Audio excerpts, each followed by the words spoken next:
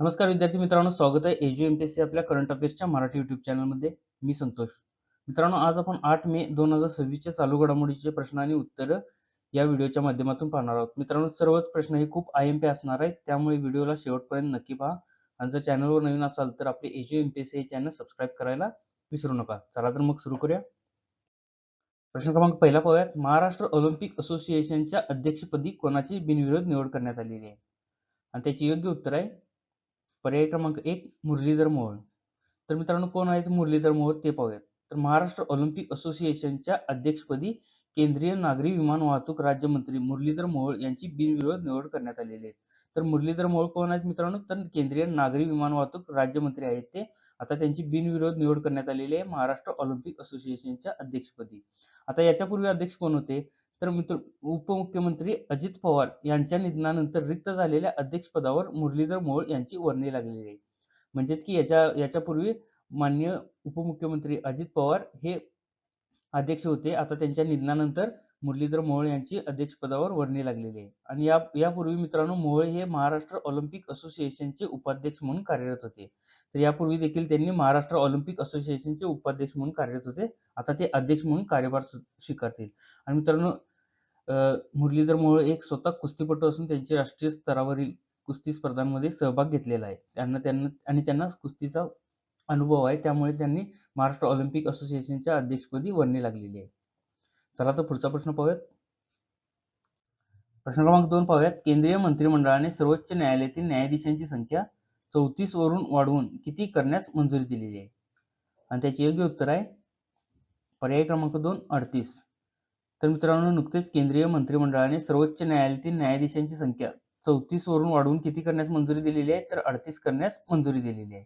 आणि मित्रांनो, मंत्रिमंडळाने सर्वोच्च न्यायाधीशांची संख्या सुधारणा विधेयक 2026 ला आता मंजुरी दिलेली आहे. आणि त्याच्यानुसार आता 34 वरून ही संख्या वाढवून आता 38 करण्यात आलेली आहे. आता सध्याची परिस्थिती काय आहे? तर सध्या 33 न्यायाधीश आणि 1 सरन्यायाधीश अशी एकूण 34 रचना आहे, जी आता किती होणार आहे? तर 37 न्यायाधीश प्लस 1 सरन्यायाधीश अशी आता एकूण 38 संख्या वाढवली जाईल. आणि मित्रांनो, मे 2026 पासून भारताचे सरन्यायाधीश कोण आहेत? तर सूर्यकांत हे आता भारताचे नवीन सरन्यायाधीश आहेत. पुढचा प्रश्न पाहूयात. प्रश्न क्रमांक 3 पाहूयात. Metro woman of the year या पुरस्काराने कोणाला सन्मानित करण्यात आली? आणि त्याचे योग्य उत्तर आहे पर्याय क्रमांक 1 सुषमा यादव.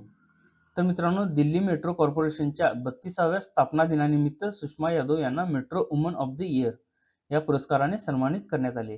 कुणाला सन्मानित करण्यात आले? तर मित्रांनो, सुषमा यादव यांना metro woman of the year या पुरस्काराने सन्मानित करण्यात आले.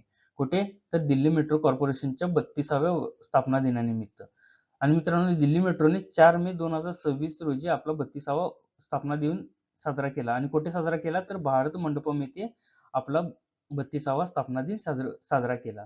आता मित्रांनो, metro woman of the year या पुरस्काराबरोबर सर्वोत्कृष्ट मेट्रो डेपो देखील पुरस्कार देण्यात आला. आणि तो कुठल्या डेपोला देण्यात आला? तर नजफगढ डेपोला सर्वोत्कृष्ट मेट्रो डेपो म्हणून पुरस्कार देण्यात आला. आणि मित्रांनो, आत्ताच आपल्या मुंबई महानगरपालिकेच्या आयुक्त अश्विनी भिडे यांना देखील मुंबई मेट्रो मधील त्यांच्या उल्लेखनीय कार्यामुळे मेट्रो वुमन म्हणून ओळखले जाते. पुढचा प्रश्न पाहूयात. प्रश्न क्रमांक 4 पाहूयात. संरक्षण लेखा महानियंत्रक म्हणून कोणाची नियुक्ती झाली? आणि त्याचे योग्य उत्तर आहे पर्याय क्रमांक 3 अनुग्रह नारायण दास यांची संरक्षण लेखा महानियंत्रक म्हणून नियुक्ती झालेली आहे. आता मित्रांनो, अनुग्रह नारायण दास कोण आहेत ते पाहूयात.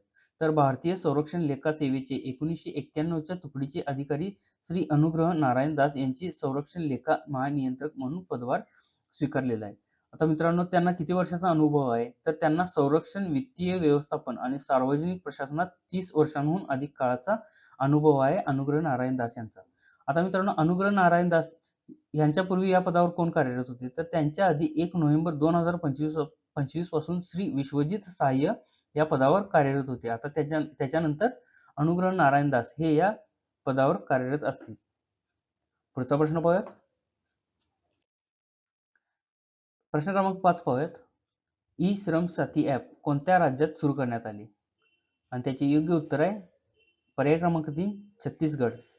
तर मित्रांनो, ई श्रम साथी मोबाईल ऍप्लिकेशन छत्तीसगड राज्यात सुरू करण्यात आली आहे. आता या ई श्रम साथी ऍपचा उद्देश काय ते पाहूयात.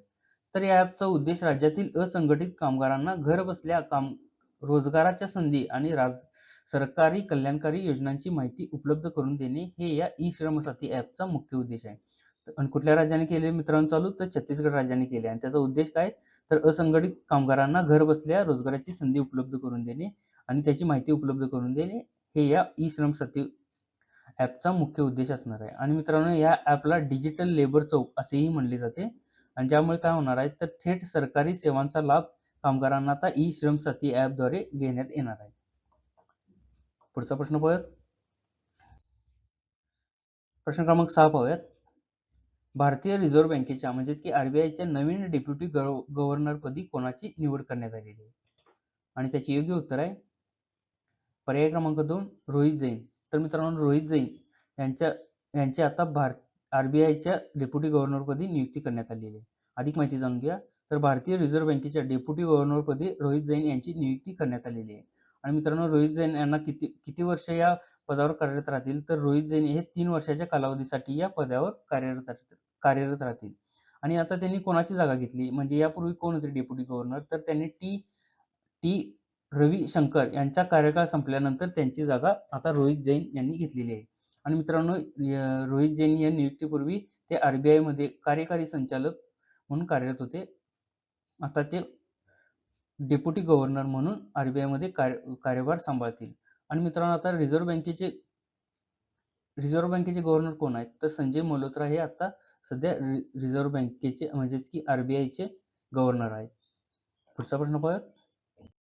प्रश्न क्रमांक 7 पाहूयात. पंचायत विकास निर्देशांक 2.0 2023-24 नुसार कोणते राज्य पहिल्या क्रमांकावर आहे?